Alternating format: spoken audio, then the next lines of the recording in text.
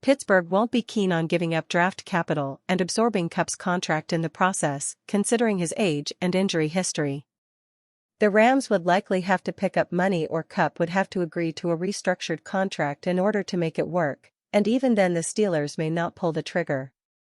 If Kupp is available in free agency, he becomes a much more realistic target for the Steelers.